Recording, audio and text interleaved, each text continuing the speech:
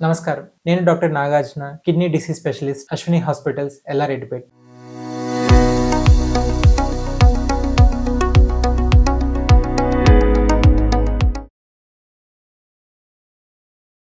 నేను తరచుగా వినే క్వెషన్, డాక్టర్ నేను నీళ్లు ఎన్ని తాగాలి? రెగ్యులర్‌గా వాట్సాప్‌లో మెసేజెస్ వస్తున్నాయి. 5-6 లీటర్ల వరకు నీళ్ళు తాగితే కిడ్నీకి మంచిది, ఆరోగ్యానికి మంచిది అనేది. బట్ ఇది ఒక అపోహ మాత్రమే. మన కిడ్నీలు వాషింగ్ మెషిన్ లాంటివి కాదు. ఎక్కువ నీళ్ళు తాగితే ఎక్కువ వేస్ట్ మెటీరియల్స్ బయటకు వెళ్ళిపోతుంది. ఆరోగ్యానికి మంచిది అని. సో, మన కిడ్నీ అనేది ఆరోగ్యవంతమైన బాడీ లోపల 180 లీటర్ల రక్తాన్ని శుద్ధి చేసి, అందులో ఉన్న మనకి అనవసరమైన నీటిని మరియు వ్యర్థాలని మాత్రమే బయటకు పంపిస్తుంది. అలాంటి సందర్భంలో మనం ఇంకా ఎక్కువ నీరు తీసుకొని కిడ్నీ ఎక్కువగా ఒత్తిడికి గురి అవుతుంది. సో, మనం రికమెండేషన్స్ ప్రకారం ఎంత తీసుకోవాలి అంటే 3.5-4 లీటర్ల వరకు వాటర్ తీసుకోవాలి. కానీ మన ఇండియన్ డైట్‌లో ఉండే రైస్ గానీ, దాల్ కానీ, కర్రీస్ కానీ అందులో 20% వాటర్‌ని అందుబాటులోకి ఇస్తుంది. మిగిలిన వాటర్‌ని మనం డేలో అంతా డిస్ట్రిబ్యూట్ చేసుకొని తీసుకోవాలి.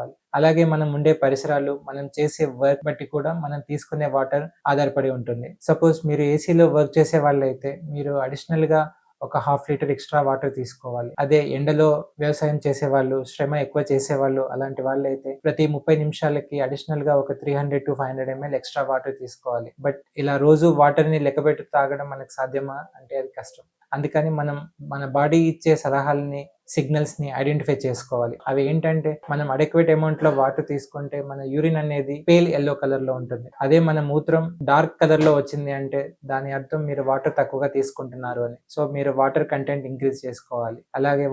అలాగే యూరిన్ క్రిస్టల్ క్లియర్‌గా వస్తుంది అంటే మీరు అవసరమైన దానికన్నా ఎక్కువ వాటర్ తీసుకుంటున్నారని, అది మంచిది కాదని గుర్తుపెట్టుకోవాలి. ఇంకా మనం తగినంత వాటర్ తీసుకుంటే మన శరీరంలో ఎనర్జీ లెవెల్స్ బాగుంటాయి. తలనొప్పి వంటి సమస్యలు రావు. ఇంకా కాళ్ళు లాగడం అనేవి ఉండదు. గుర్తుంచుకోండి, ఇవన్నీ ఆరోగ్యవంతమైన మనిషికి మాత్రమే. ఒకవేళ మీకు కిడ్నీ, హార్ట్, లివర్ వంటి సమస్యలు ఉంటే మీరు ఎంతవరకు వాటర్ తీసుకోవాలి అనేది మీ డాక్టర్ నిర్ణయిస్తారు.